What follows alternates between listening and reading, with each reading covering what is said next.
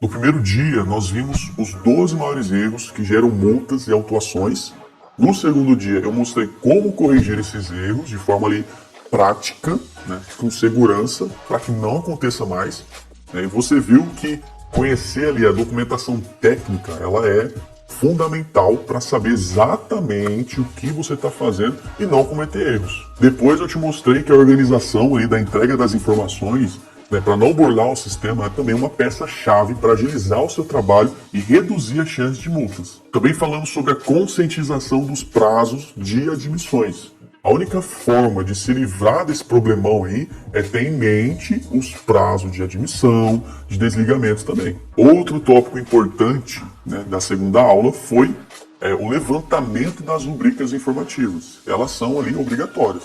Você viu o problemão causado por causa de um CBO errado? Por fim, a gente falou sobre a natureza das rubricas e incidência na folha de pagamento. Então, se você ainda não assistiu, para tudo que você está fazendo e vai lá assistir agora.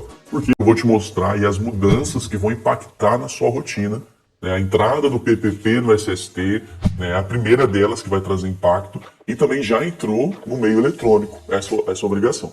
A fase 4 do social ela também já entrou no ar, você deve se atualizar aí sobre isso para saber exatamente como fazer essa implantação, né, do jeito certo. Outra mudança, né, que vai dar dor de cabeça aí ao pessoal, né, que não ficar por dentro dela, é a entrada dos novos eventos de processo trabalhista. São os eventos S2500, S2501 e S3500. Você pode ter certeza que isso aí também vai mudar muito a sua rotina de trabalho no DP, pois vai ocorrer ali alterações diretas nos processos, né, ligados a tributos e também nos processos trabalhistas. Além desses 3 eventos que eu acabei de falar, entrou aí em funcionamento a nova versão do E-Social, né, a versão S1.1. Com certeza vão vir mudanças aí também no layout, e quem não estiver por dentro disso também vai confundir na hora de preencher os campos e pode acabar cometendo erro. Já parou para pensar na angústia, né, de ficar perdido dentro desse novo layout também? Hoje também eu vou falar sobre a inclusão das informações do imposto de renda. Ele vai trazer aí também a substituição da DIRF. Eu sei que tem muita gente que às vezes nem sabe disso. Eu vou também te mostrar mais uma atualização ligada ao FGTS Digital. Ele vai começar a ser cobrado aí brevemente e está chegando com tudo para substituir a GFIP. E no final nós vamos falar sobre o imposto de renda na DCTF Web, né, o cálculo que foi alterado e também na nova forma de cálculo, você vai descobrir se fez ou não o trabalho certo. E nós já falamos de vários erros na aula 1 e como eles prejudicam o seu trabalho. Se você não se atualizar sobre essas novidades e dominar a função de cada evento deles, pode ter certeza que isso vai abrir margem para outros erros, notificações e multas. Preparamos algumas mudanças aqui que são fundamentais para você entender, né, que vão impactar a sua rotina nos próximos meses. Primeiro, começando com o E-Social sem movimento. Eu sei que já é algo que penso, muita gente já sabe, mas como é uma dúvida muito recorrente, a gente vai trabalhar de novo aqui sobre essa informação do E-Social sem movimento, tá? Também sobre os eventos de processos trabalhistas, que vai ser incluída essas informações, tá? Sobre as informações do SST do E-Social, né, que entra ali o PPP, né, a sopa de letrinhas, né? O LTCAT, o PGR, a informação do ASO, o CAT, né? Então, eu trouxe esses laudos aqui também, né, que eles compõem essa base aqui importante para o DP conhecer, e nós vamos abrir hoje o fluxograma também. As informações dos riscos ambientais e informações de multas também para você comunicar junto com a sua empresa. Algumas atualizações que nós tivemos do E-Social, ok? Informação do FGTS Digital e a informação do imposto de renda na DCTF Web, ok? Bom, com relação ao E-Social sem movimento, quem está obrigado a enviar essa informação? Bom, nós tivemos aí, esse é algo que gera muita dúvida, por causa que agora nós também temos a MAED, que é a multa por atraso na entrega da declaração da DCTF Web. E sempre que alguém manda uma informação de E-Social sem movimento, né, que abre lá para gerar a DCTF Web, se tiver em atraso, ele vai ter o risco ali e também de forma automática vai ser multado. Quem que precisa enviar o E-Social sem movimento? Bom, lembrando, nós tivemos um processo de implantação, que você precisa entender 2 implantações. Implantação da fase 3 do E-Social, ok? E a implantação da DCTF Web, a obrigatoriedade da DCTF Web. Então, vamos pegar como exemplo o grupo 3. O grupo 3, ele precisava mandar a folha de pagamento, por exemplo, vamos colocar maio, né, que teve a liberação facultativa e tal, os maio, julho.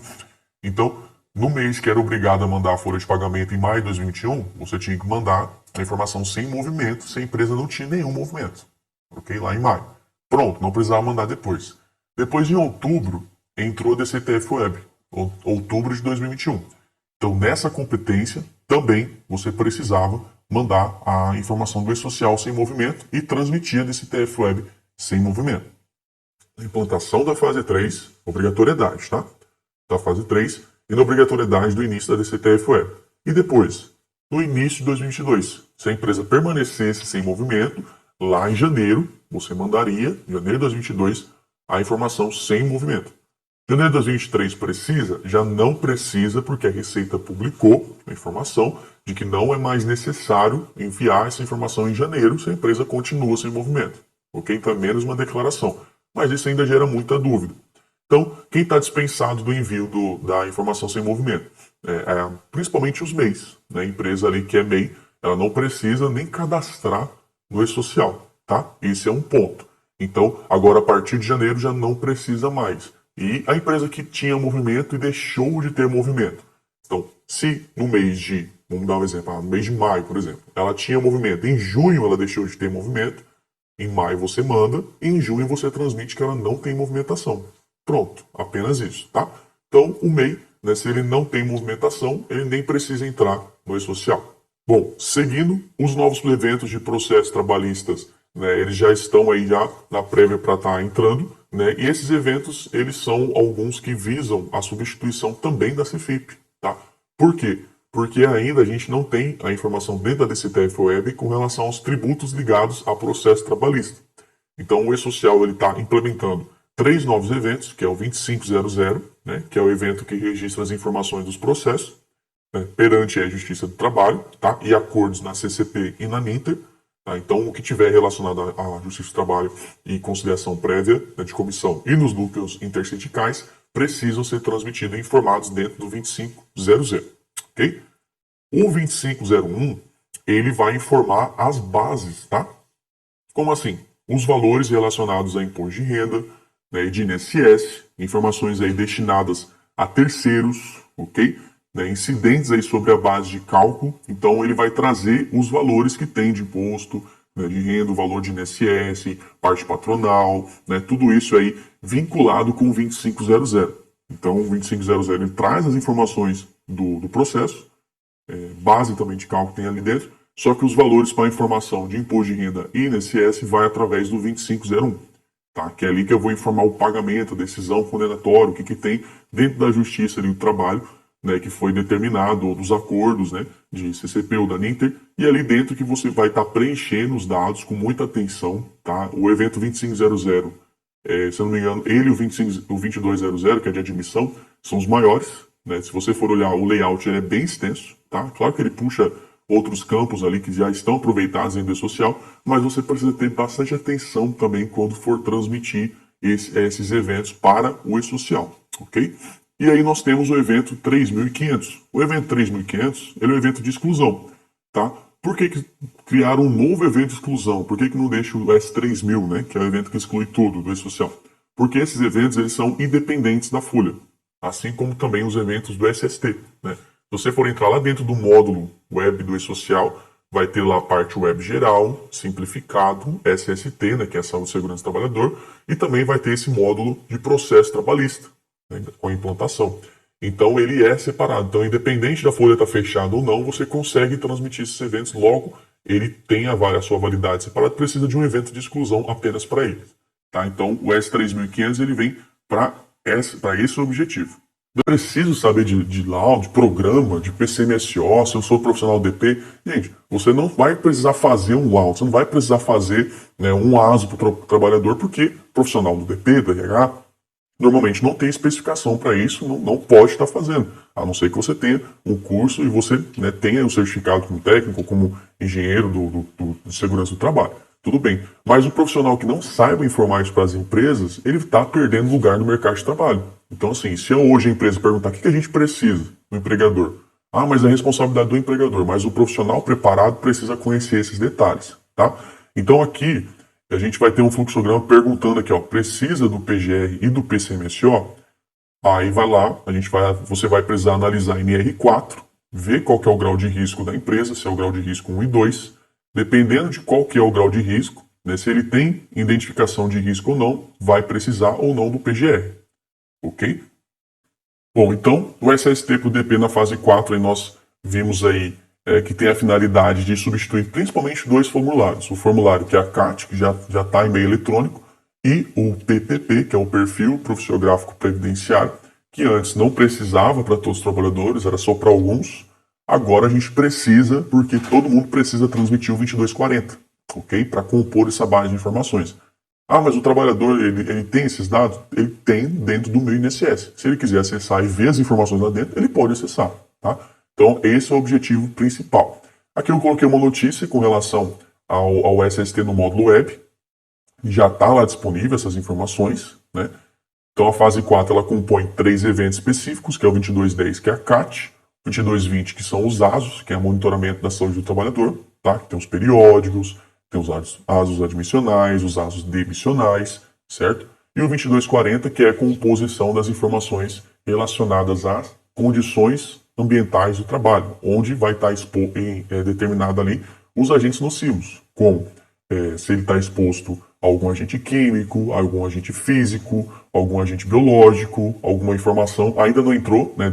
Isso tudo está lá dentro da tabela do E-Social, né? Onde tem ali os agentes, que você pode estar consultando também, mas ainda não entrou as partes ergonômicas que vão entrar também, possivelmente a gente vai ter que preencher esses dados, tá? Então o que substitui? Substitui o PPP, né, como eu acabei de falar, em meio físico, ele entra para o meio eletrônico lá no meu INSS. E a CAT, que precisava preencher o formulário, esse formulário é preenchido automático através do 2210. Bom, então o PPP em meio eletrônico, a gente teve essa notícia aí que trouxe, né, que fala sobre a disponibilização dele, que já está lá para você poder acessar e verificar os dados. O CAT no social, que é uma notícia do doméstico, né, mas ele já está disponível para o web geral também, que ele fala que o empregador doméstico ele também pode estar acessando ali os dados do CAT, preenchendo manualmente, nesse caso, né, lá pelo web simplificado, pelo acesso do e-social. E aí tem algumas multas. Aqui eu separei para você trazer uma melhor comunicação juntamente com a empresa, juntamente com os responsáveis e os envolvidos no processo, que você saber comunicar para a empresa não ser prejudicada, para você não ser prejudicado caso chegue alguma fiscalização, alguma atuação, porque a gente está falando de dados sensíveis, né? Dados de saúde são dados sensíveis e o trabalhador ele pode entrar com processo. Já tive casos, né, de empresa entrar com ação, o empregado entrar com ação, né, e ganhar no X porque não estava determinadas informações insalubres e tudo mais, tá? Então, de pessoas próximas ali que eu já vi também acontecer. Então, o CAT, a gente tem ali do salário mínimo até o teto máximo de contribuição de INSS de multa. O PPP vai até R$ 63.617,35. A multa pode chegar, está lá no inciso 1º do artigo 283 do decreto 3.048, na linha H, tá? Esse material que todos os links também estão juntos ali. A gente também tem informação do ASO, né, lá na Lei 6.514, que fala lá de 5 a 50 vezes o valor do salário mínimo, ok? Também temos algumas outras regulamentações, portaria, MPP ali 313, que fala do PPP, e entre outros, tá? Então, esse aqui é a portaria que fala dessa implementação, né, pelo meio eletrônico, e que muita empresa ainda não está alimentando os dados lá dentro. Já está disponível, já é obrigatório, e às vezes a empresa não está se atentando com relação a isso. O PPP em meio eletrônico ali, então, pelo portal do meu INSS, ele consegue acessar. E algumas bases legais, que eu deixei para você bater um print, para você depois dar uma estudada com calma, tá? As principais NEs, como eu falei anteriormente, o Decreto 3.048, Lei 8.213, Instrução Normativa 2110, que substituiu a 971, né, que era uma das nossas principais com relação aos tributos e outras informações. Então agora a gente tem essa aí de 2022. Portaria 4.433, 334, desculpa. Portaria 1010, né, 1010, entre outras, que eu vou deixar aqui para você depois dar uma olhadinha, tá? E aí nós tivemos também a atualização do E-Social, a versão S1.1, né, que já está valendo, está rodando, e ela teve algumas bases de informações para inclusão de dados do imposto de renda, né, os principais, vamos dizer assim, visando já a substituição da DIRF, né. né? A gente teve ali o campo do RRA dentro do 1200, alterado, 1210, a informação do país residente no exterior, 1299, informações de pagamentos de rendimentos, tá? Então, a gente vai ter ainda uma implementação do evento 1220, mais um evento para você conhecer muito em breve, que visa o quê? Trazer informações complementares, tá? Relativas ao imposto de renda, né? Informações de retenção do imposto de renda. Então, ele vai dar em conjunto com o 1200, o 1220 vai trazer essas informações complementares para poder estar substituindo de fato os dados que tem dentro da DIRF. Então, a IN 2096, 18 de julho de 2026, ela fala sobre isso, né, que ela alterou a IN 2043, né, e institui as informações também relacionadas ao FDR-INF, né, e de acordo com isso vai ficar dispensado, com essa IN, vai ficar dispensado o envio da DIRF referente aos fatos ocorridos a partir de janeiro. Já agora, está chegando, a partir de janeiro de 2024, já vai estar dispensado. Ah, Guilherme, mas é lá na frente. Gente, se você não se preparar agora, né, as informações que você está transmitindo no meio social, você não vai conseguir cumprir com o que pede a Receita, né? Para poder emitir lá o comprovante de rendimento do trabalhador, entre outras informações necessárias, né? Então isso quer dizer que a DIRF em 2023, referente a 2022, entrega, né? Já entregou. E 2024, referente ao ano base 2023, né? Normal, teremos. Tem outra obrigação entrando, né? Que é o FGTS digital. Então, entre esse ano e o próximo ano, a gente tem uma série de novidades aí para estar cumprindo, né? Que também é o FGTS digital. Então ele vai trazer o quê? Gente, o FGTS digital é uma ferramenta muito bacana. Lá dentro da formação de especialistas a gente tem um módulo sobre ele, onde você vai entender também um pouquinho mais detalhado, mas ele vai simplificar o processo. Aquele monte de recálculo lá que você tinha que fazer, de às vezes vai ter recálculo ainda, né? Tipo assim, de você pegar a guia lá dentro do FGTS digital. Você não vai precisar gerar o arquivo no seu sistema, importar na CFIP, gerar outro arquivo, né? Gerar dentro da conectividade, baixar o protocolo, imprimir a guia para transmitir para o trabalhador, né? Para o empregador. Então não vai ser necessário todo esse trâmite. Você simplesmente vai entrar dentro do site, a informação já está lá dentro, você já mandou em social e vai baixar a guia. Lá dentro também vai ser permitido fazer algumas guias detalhadas, você vai conseguir, às vezes, emitir só de um trabalhador, entre nós aqui, né? Não precisa passar isso para os empregadores, né? Então aqui é um detalhezinho lá dentro, né, como que aparece, que vai aparecer, vai ter outros campos, tá? Mas vai ter gestão de guia, simular pagamento, remuneração para fins decisórios, consultas do empregador, vai ter até uma informação de conta para o empregador. Como assim? Se ele pagar em duplicidade, ele vai gerar um saldo dentro da conta dele, né? Onde, se ele faltar para o próximo mês, ele pode abater aquele saldo. Então, problema de duplicidade pode ser feito com abatimento. Assim como tem um perde-conta, entre aspas, né? Vai ter lá dentro também, tá? Então as empresas elas têm que aproveitar o momento, né, para rever a forma como elas fazem as declarações no social, porque vai chegar a hora que elas vão ver que as incidências estão erradas nas rubricas, porque corrigiu o INSS, pode ser que não tenha corrigido FGTS, como aconteceu na implantação da DCTF Web, né? Bom, e agora mais alguns detalhes. Gente, aqui falando agora sobre o imposto de renda na DCTF Web. Antes de entrar nesses detalhes, só alguns pontos que a gente teve de mudanças, né, que impactam a nossa rotina, profissionais de PRH, diversos aí, né, que estão envolvidos nisso, nesses setores. Quais são as atualizações recentes? Primeiro, a MP 1171 de 2023. Então, com essa MP, nós tivemos aí a nova tabela do imposto de renda, que já estava sendo aguardada há anos, né? As alterações que tiveram foram bem pontuais, bem simples, né? Não teve muita alteração. A só alteração principal que é a nova forma de cálculo. A gente tem o cálculo, né, que são com as deduções legais, que a gente já conhece, que é previdência, dependentes, pensão alimentícia, e também tem um desconto simplificado como dedução legal agora, né, que você pode estar optando por ele. Por que entrou esse novo desconto? Para poder cumprir com o que o governo tinha trazido, né, de promessa, que era isentar quem ganha até 2 salários mínimos. Então ele trouxe o desconto simplificado, porque quem ganha 2 salários mínimos, pelo cálculo normal, ainda teria imposto de renda para pagar. E aí trouxe o desconto simplificado para poder trazer essa alteração, né, e chegar na alíquota zerada ali, né, e não ter o desconto de imposto de renda, que seria de em torno de R$ 15 mais ou menos, tá? Alguns erros comuns do imposto de renda aí na DCTF Web, tá? Primeiro, não conferir as incidências dos eventos. Né? A pessoa, às vezes ela... É porque assim, uma coisa vocês têm... Todos nós temos que entender, os profissionais. O E-Social, aqui eu já até coloquei aqui, mais para frente, que o E-Social, ele não calcula imposto de renda. Tá? Esse é um outro erro comum também. Então, se você não conferir as incidências, você pode acabar mandando de qualquer jeito. Porque ele não vai te falar, tipo assim, por exemplo, a Previdência, a gente consegue mandar a declaração para o social, ele pega todas as rubricas que tem as incidências ali, ele faz um cálculo, ok? Para o imposto de renda não tem isso, ele vai aceitar o que está dentro do evento de desconto, somente desconto, ele não vai fazer o cálculo para a gente dessa informação do imposto de renda. Então, por isso que muitas pessoas acabam errando, não conferindo as incidências, acha que está tudo certo, transmite e acaba sendo prejudicando o empregado e a empresa, tá? Também outro erro muito comum é confiar no sistema, que ele está fazendo tudo certo. Então, né, isso também é um erro muito comum, tá? E alguns pontos de atenção. Primeiro, é sempre importante você observar a base de cálculo do mês, tá? Então, dentro do seu sistema, muito provavelmente, né, acredito que todos devem ter, um relatório de base do imposto de renda.